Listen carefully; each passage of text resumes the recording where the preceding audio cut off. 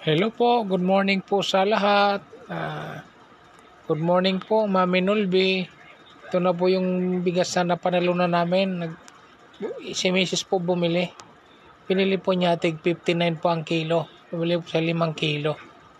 Siya na po inutusan ko. Gawa nga ando na rin siya sa bilihan. Kaya siya na lang po ang inutusan ko. Kaya na po, nagtatakal na po ng bigas. Ayan na po. Yan na po yung pinagpilian niya. Yung kinakal po, bali 5 kilo po. 5 kilo po yung binibili ni Mrs. Sa halagang tig 59 ang kilo. Malaking bagay na po sa amin to. Maraming salamat po, Mami Nulby. Thank you po sa pabigas. Sa walang sawang pagtulong po sa katulad namin, nakapos sa buhay. Malaking bagay na po sa amin. Maraming salamat po. Sa lahat naman pong nanonood, follow nyo po ang FB ni Mami Nulby at Minulby Official. Subscribe naman sa YouTube channel Minulby. Hello po, Mami Nulby. Magandang araw po sa iyo. Ito na po yung bigas na nabili po namin sa panalunan po namin sa inyo. Maraming salamat po ulit, Mami Nulby. Sana lalo pa po kayong pagpalain. Malaking bagay na po ito sa amin. Thank you po muli. Sana hindi po kayo magsawang tumulong sa katulad namin na kapos sa buhay. Malaking bagay na po ito. Maraming salamat po. God bless po, Mami Nulby. Thank you.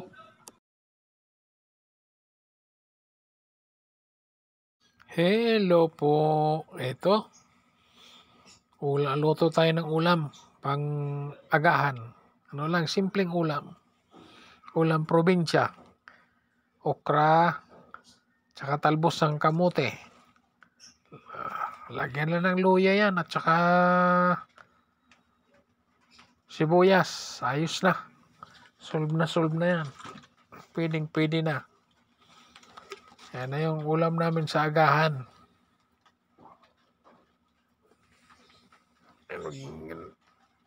Yan. Na ako dyan. Hihiwa na ako ng luya. Tapos ang luya, sundan ng sibuyas. Para pangsahaw. Simpleng ulam lang.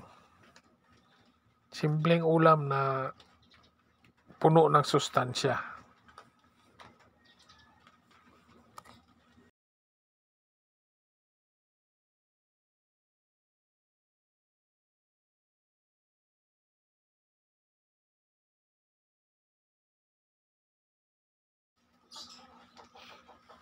Ayan, sibuyas naman.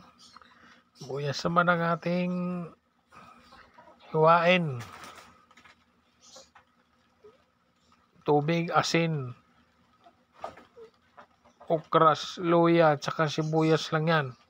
Solve na.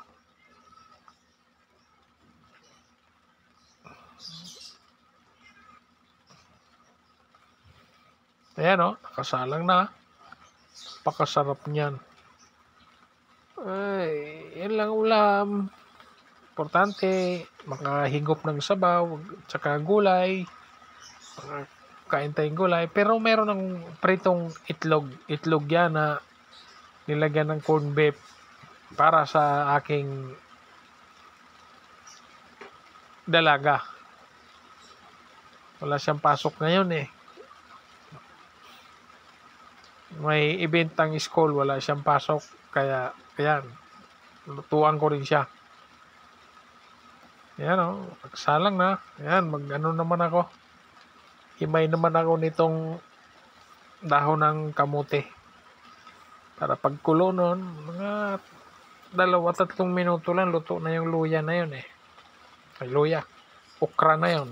Pagkaluto ng okra, wala na. Salang na natin yung talbos. 1 minuto lang. Luto na yan.